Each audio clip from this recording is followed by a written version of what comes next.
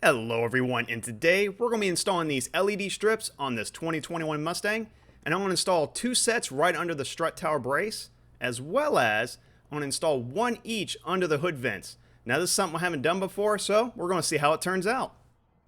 And just to show you the layout, I have these 5-inch LED strips, and I'm going to use one for this side, and I'm going to use the same one on the other side as well, and we're going to run it to the center to a splitter, and then after the splitter we have two extension cables just to make it to the rest of the run. Now, when I measured it out, it should be just enough, so we should be good to go. And as far as the layout for the strut tower brace, I have two 12-inch LED strips, and I'm going to mount underneath, and then they're going to come down, and I'm going to go to a splitter. And again, I'm going to try to hide all this cabling right under the brace. Then I have two extension cables, which I'm going to run around the battery area, which I'll show you next of how we're going to get to that. And for our first step, let's go ahead and go to the passenger side, and we want to lift up the vehicle. Now today, it's going to be pretty easy. We're only going to need one jack stand. So once we get to a good level, and let's see if I can get my jack stand under there. There we go. And we'll lower it down. And I want to keep the jack in place just as an extra support. Now let's go ahead and take off the lug nuts and wheel. So I have a 21mm socket in my impact wrench. And I want to go ahead and break all these loose. Now for those of you who don't have one of these, go ahead and loosen up all the lug nuts with a breaker bar, then lift up the vehicle. Now let's go ahead and remove our wheel. And if we look inside the wheel well, you're going to see several retaining pins. And I'm going to have pictures of this as well just to kind of help you locate them.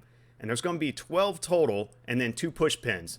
So we'll start with the bottom rear. Now these right here are supposed to be retaining pins, but since I have mud flaps, I'm going to have to remove the mud flap with a Phillips screwdriver and just go ahead and set that aside and then take my trim removal tool for the rest of the retainers.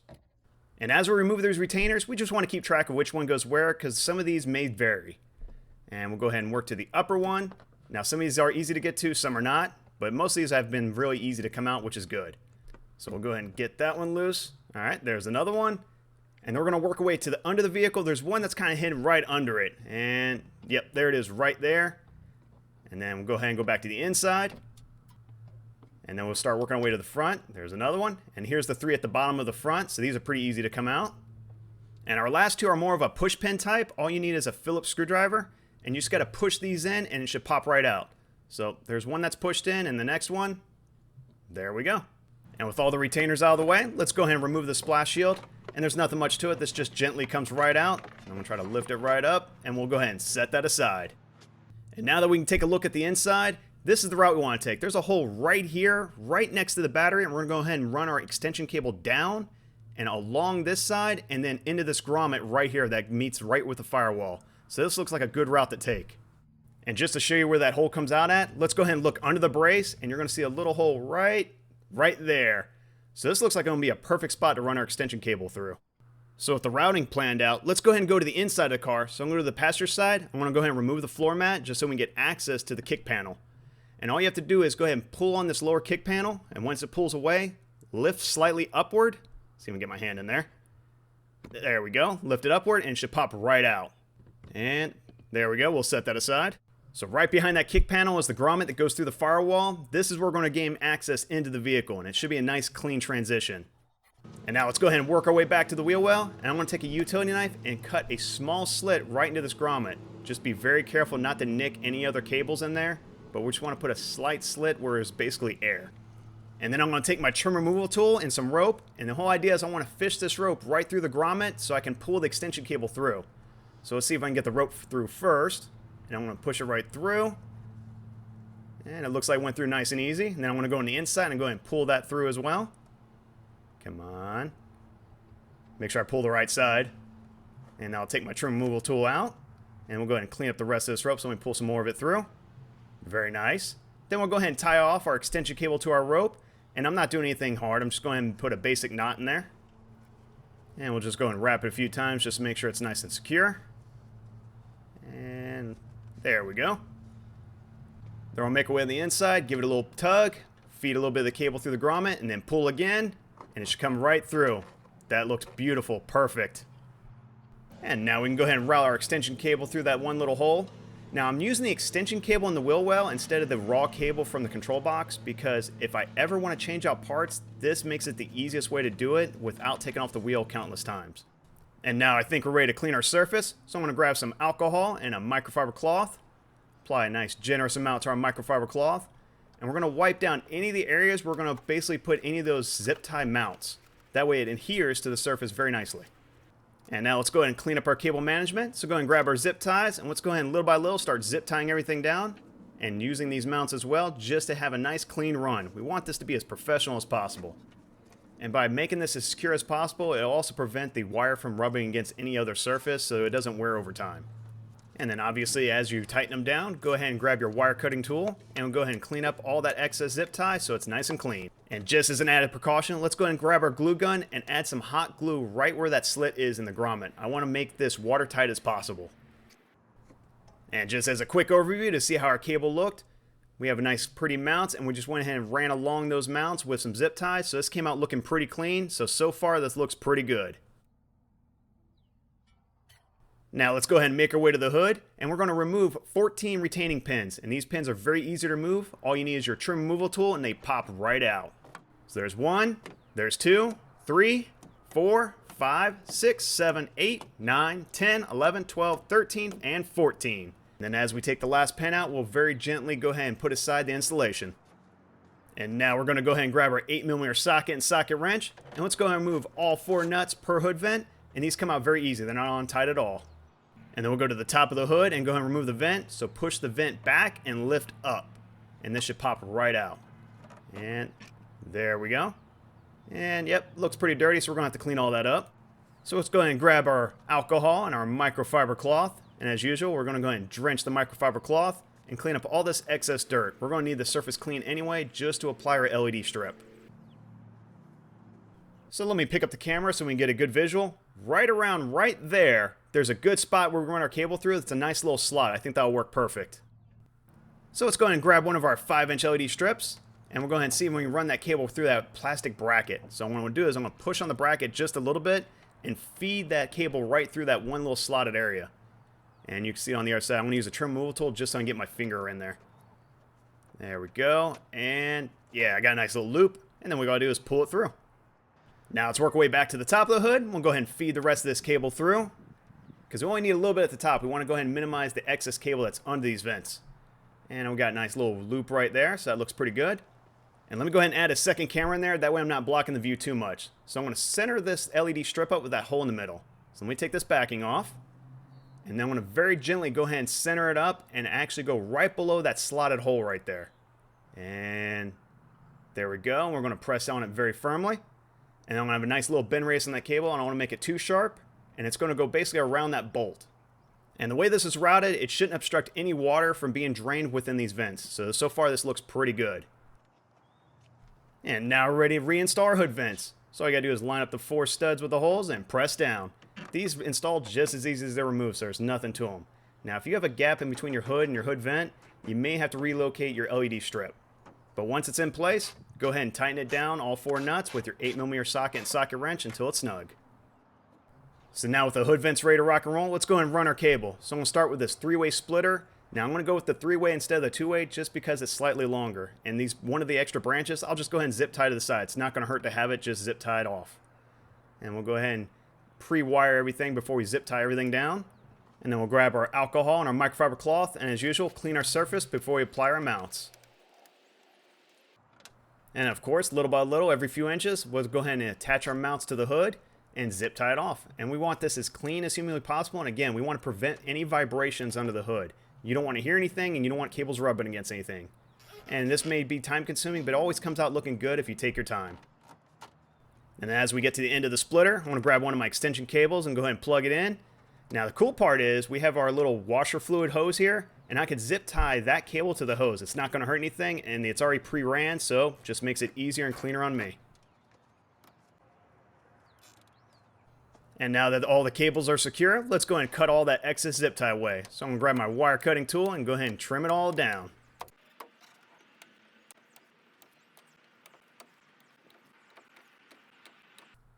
So now let's go ahead and zoom in and give you a little closer look. So we have our LED strip going to the 3-way splitter that has been secured down. And then you can see the other side where it wrapped around that bracket. And it's going to go down the center of the hood, go to our extension, go along that washer hose. And so far it looks pretty good. And it looks like we're ready to install our hood liner. So let's go ahead and reposition our hood liner in place and see if I can hold it with one hand. And go ahead and little by little start pressing in those retaining pins. And these press right in, there's nothing to it. And all you got to do is count them up and make sure you have 14 when it's all said and done. So now we can go back and finish connecting our cables. So we have another extension cable which we're going to hook up, and then we're going to run this right behind the fender. So I'm going to go right down the hole and go in that wheel well and go ahead and pull the rest of that extension cable through. So this is one extension cable, and then we're going to use our last one, number 4, and hook it to this extension cable. And this should be just enough to finish the job. And let me go ahead and move the camera, and we're going to go towards the front of the vehicle and go along this one little hose and kind of run it right behind this fuse box. Now this is just the route I chose. You could choose a different route if you'd like, but I'm just going to go as clean as humanly possible and go behind the fuse box. And this requires a little bit of routing on my part. Alright, now we can go ahead and secure the cable. So all I'm going to use is zip ties since we're running along this hose. And I'm just going ahead and use zip ties every few inches just to make it nice and clean. And then of course I'll take the camera, we're going to go along our run. Now this looks pretty clean. I'm just zip tying every few inches just to keep it clean. So it's going to go along the wheel well, and then it go right next to the washer fluid reservoir. So I'm going to bring the camera up. So it went around that little area right there, and then right behind the fuse box, and then everything's going to meet up right next to the brace. So now that all the cables are secure within the wheel well, we can start buttoning everything up. So I'm going to reinstall our Fender splash guard, and it should position itself right into place, or at least hold itself in place until we get all the retainers in. So we'll start with the push pins, and those press right in. And we'll also reinstall our 12 retainers, and these press right in as well. There's not much to them. Now for this vehicle it's 10 since we have a mud flap, and we just need to put in those 2 Phillips screws for the mud flap. And there's nothing much to it. Just pretty much put it in place and tighten it down. So now we're going to go ahead and install our wheel and our lug nuts. The whole idea is I want to get the car on a level surface just to make it easier on me when I work inside the vehicle to wire everything up. So once the lug nuts are in, take your 21mm socket and your impact wrench and go ahead and tighten them up in a star pattern. And then once they're nice and snug, we'll go ahead and lift up our vehicle with our jack, move our jack stand, and lower it down nice and gently. And with the vehicle on the ground, we can torque it down to 150 foot-pounds.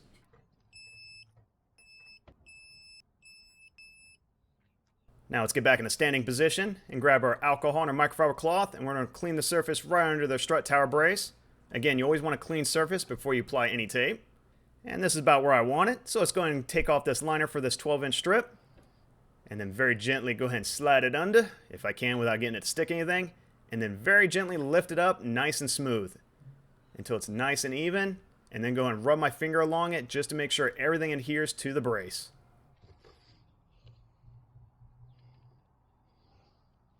And I'm going to repeat the same steps on the other side as well, and I'm going to try to get it as clean and as centered as possible.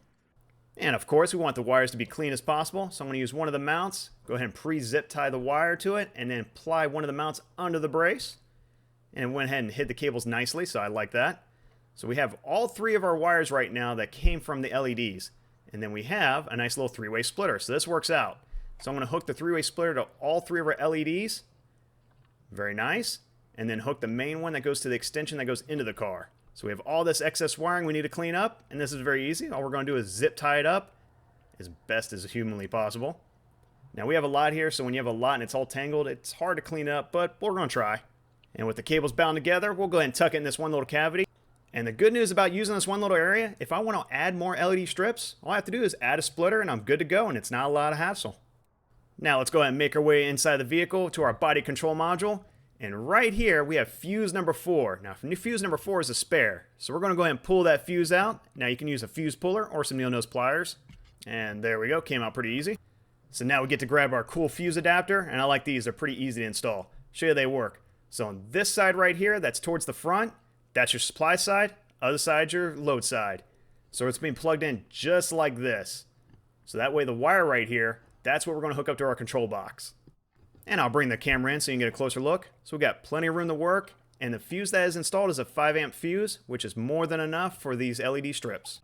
So our LED kit came with this nice control box, and attached to the control box are going to be at least 2 cables, one red and one black, which is one positive and one negative.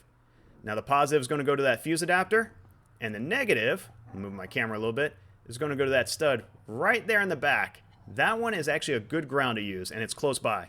So we'll go ahead and crimp the positive end right now. So I'm going to grab my wire crimpers, and I'm going to crimp it right into that butt connector. So I'll see if I can do it without blocking the camera too much. And let's do a quick check. That one looks good. So now we're ready to hook up our ground wire. And this stud right here is a good ground, and all you need is a nut. So I had one laying around, and it requires an 8mm socket. So I'm going to start by hand tightening it. And then I'll go ahead and hook our wire in between the two nuts, or at least try. And almost there. There we go. And then we'll just tighten it down till it's snug. Alright, so now the control box should have power. So let's go ahead and connect our LEDs. Now that's the moment of truth. This is kind of where you see if everything works and then you didn't actually damage any cables.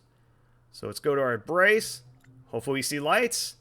And yes, we do. That is awesome. So far this is looking pretty good. We didn't actually mess anything up yet. So let's go ahead and tuck away our cables and make sure it's nice and clean back there. Now keep in mind when you use fuse 4, your lights are always going to be on until you turn off this kill switch, which I'll show you next. So with all this wiring tucked away, let me go ahead and grab this cable. And at the very end, there's going to be almost like a little adapter or a little connector right there. And I'm going to run this right behind the carpet where it's nice and clean. And on the other side, I'm going to grab some alcohol and I'm going to clean the surface. I'm going to use this surface right next to the glove box. And this is the kill switch, so I'm going to clean both sides. Make sure it's nice and dry. And this kit did come with a nice little Velcro strip. So I'm going to use Velcro in this one area just because I can. You can use double sticky tape, but I want to use Velcro just because. So I'm going to trace it out. So I'm going to grab my pencil, or you can grab a marker. And we'll trace along the edge right here. Yeah, close enough. Then take some scissors, cut it out. Hopefully I don't drop it too many times because I'm clumsy. There we go. Peel off one end, and we'll stick that right to the kill switch. And we'll hold it down for a minute. And then we'll peel the other side and go and stick that right to the interior surface. Hold it down for a minute. And then we'll finish rerunning our cable just to clean it up. And it looks like that's well hidden, so that looks pretty good. So now let's go ahead and start cleaning up everything. Let's go ahead and reinstall our kick panel. And again, go ahead and see if we can get it in the slots. Go down. Come on. There, go down, and then press in. Nice and snug. And then we'll go ahead and throw in our floor mats, which look pretty good. And let's do a test run. So now that it's nighttime, we can take a look at our lights. Now I have it on right now transitioning, so it's going to go to all the different colors of the rainbow. And this actually looks pretty good. So far, not too bad at all. And it's kind of bright out here because of the street lights. But overall, not too shabby. Let's go ahead and look under the hood. Let me go ahead and pop this open. And this doesn't look bad at all either. Now, in my personal opinion, I think this is a good starter set. We need a few more lights, but overall, not too shabby at all. Well, if you found this video helpful or entertaining, please like and subscribe. Much later. So after having a little downtime, I went ahead and ordered some extension cables. And I wanted to add a few more LEDs under the grill area here, or within the grill area. So I just went ahead and added just 2 LED strips. And as you can see, there's one set right there and one set right there. I think this will really add a nice little detail to the front.